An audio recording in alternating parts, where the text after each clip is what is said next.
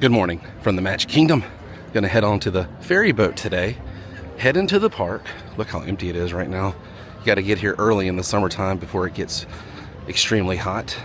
And we're gonna be talking about some history of our good old buddy, Stitch. What's interesting is Disney posted this video on their Instagram this morning as I was walking in. Look, it's the castle with the toilet paper on it. It says Stitch was here. That's what we're talking about today. And Disney is even embracing their history. We're going to talk about November 16th, 2004, when Stitch's Great Escape opened and he took over the Magic Kingdom. A day full of Elvis, Stitch, and toilet paper. And if you showed up to the park on November 16th, 2004, right here, they had a gigantic Stitch inflatable out front, kind of letting you know, hey, it's Stitch Day. And what a day it was. We're going to talk about the history, why it happened, and why it probably will never happen again. All of that and more on today's episode. Now, let's take a closer look. Now, there was an attraction here that was the most terrifying attraction probably in the history of Walt Disney World. I'm talking scarier than Big Thunder Mountain, Space Mountain, and Tower of Terror combined. Alien Encounter. An Alien Encounter was probably the most talked about attraction as far as scary goes. Here comes the train. Good morning. Good morning, Lily Bell. That's the Lily Bell up there.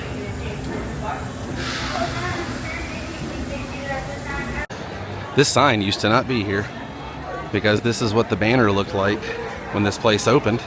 It said open today, Stitch's Great Escape. That's insane. It has changed. They'll probably never cover up the here you leave today and enter the world of yesterday, tomorrow, and fantasy ever again. Like they'll never, ever, ever cover that up. They did a lot of stuff this day that they'll never ever do, including something that was the unthinkable. They totally TP'd Cinderella's castle. As you saw in the promotion for Stitch's new movie, Lilo and Stitch live action, is coming out.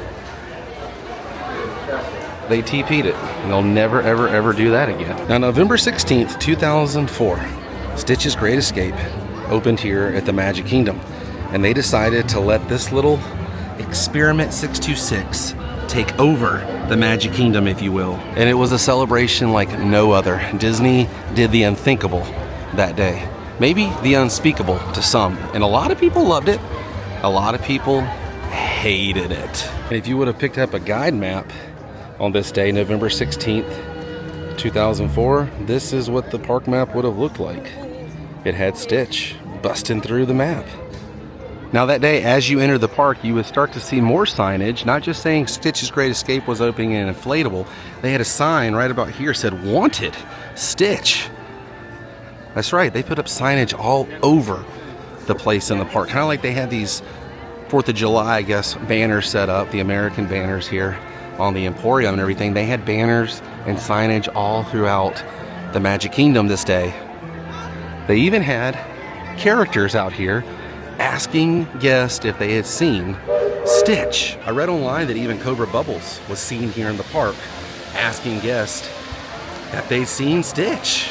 Like they went full-fledged Stitch for this. I think it's so cool. And I'm sure more of Main Street was decorated. I know for a fact further down, I'll show you in just a bit, they did have some signage on here that there are photos of. So we do have some documentation. There's not much documentation of this historic day for this ride, and that's kind of why I'm doing this episode. Even Casey's Corner got in on the action. They had signage right here on this pole. As you can see, a wanted sign for Stitch as you made your way down Main Street, USA. And even the front door right here had a wanted sign. Insane, right? I guess people really wanted to get that chili dog burp. You remember that? Now, not many people will ever talk about this history right here of this water bottle and the significance to Stitch's Great Escape. You won't hear it on any other channel but mine. But if you know what the significance is to this water bottle here at the Magic Kingdom for Stitch's Great Escape, you win all the points. There's like two things that come to mind when I think of Stitch. Mischief and Elvis. And that's what they did. In fact, right over here at the attraction, they had some Elvises all dressed up in the jumpsuits. They had a whole show with kids and everything too at the stage. We'll get into that when we get over to the castle. But right over here in front of Stitch's Great Escape, they had a group of Elvises pose for a photo for the grand opening. And they were right here. You can see the group of Elvis. Light your flyers. That's a deep cut if you know what that is. Right here in front of Stitch's Great Escape. All kinds of different Elvises with hair and glasses and the jumpsuit. And we're going to talk more about the attraction here and when it opened and closed and the history and everything. First, let's go over and talk about what they did to the castle. I just had to show the Elvises over here in front of the ride so you knew what I was talking about when I showed the photos over here at the castle. But then we're gonna go back over to the attraction. Keep up. Now they had a big grand opening little show that took place here at the castle, but when guests walked in that morning, something was just a little different. They TP'd the whole thing. It had toilet paper all over it. And let me tell you, people come here every day and take the same kind of photos. It's mostly first-time visits, birthdays, proposals, anniversaries, family vacations, and imagine proposing to your wife the one day you're gonna propose, or take your baby's first photo in front of this thing and it's full of toilet paper. The guest relations line was probably extremely long that day. And right here on the area of the castle, it said Stitch is King. And he spray painted over a wanted poster that they had of him up there. And it was a picture of Stitch, but he graffitied a king's crown on his head. Stitch was also on the side of the castle, and you could see him holding the toilet paper. This was all during the show. And the show took place right here. This is how they dedicated the attraction and everything, and they had all the Elvis actors on stage with Stitch. You can see them. Isn't that wild? And then they had a group of kids, a big group of kids who showed up, and they all came down each side of the castle here. You can see one of the Elvises coming over to get the kids, and they were all wearing Stitch hats. There's no footage of this online at all. There's just these photos that I found from a quick Google search, and that's it. And that's pretty much how they opened it. All those wanted signs and park signage and everything I showed you, that was kind of them saying, you know, look, we're looking for this guy, and he showed up here at the castle. They did a whole show, opened it. It's kind of cool. Now let's go back over to the attraction, like I said, and we'll talk about what's left and the history of it. Stitch! And besides the 50th, which was basically a medallion and a fresh coat of paint, in the expansion here of this hub for Cinderella's castle, I don't think we will ever see them do toilet paper or a birthday cake, castle, or any kind of coverage on this. Walt Disney World is kind of the park that is known for not changing. And I mean, that's why we don't get things like the Haunted Mansion holiday overlay. They want to keep it pure. They want to keep it the original. So when you come to Walt Disney World, you experience everything like you're supposed to, like you see on TV and on social media, and no changes, because everyone wants to get that photo. And I can't blame them for that. And that was it.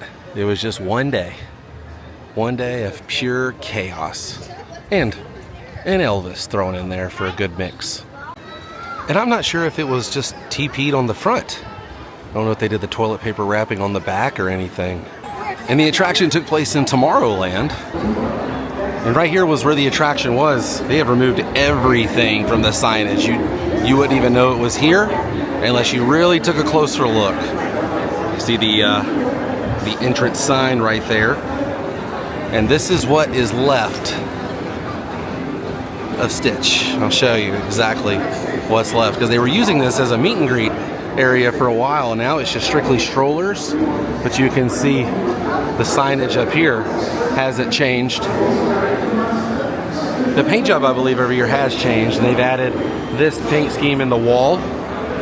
But I believe they use this now for break space, and they did have a meet and greet here during the parties, but this was the old entrance door right here. You would walk in there, and that was where the pre-show took place.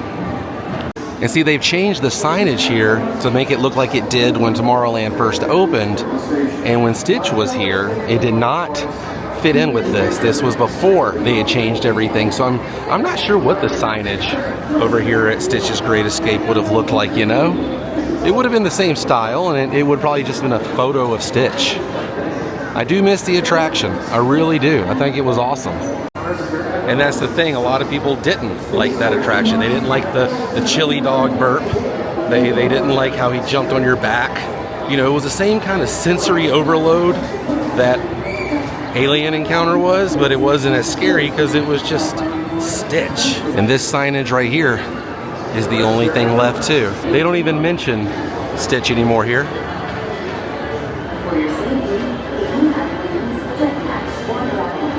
Right there, they just made a reference to if you had wings.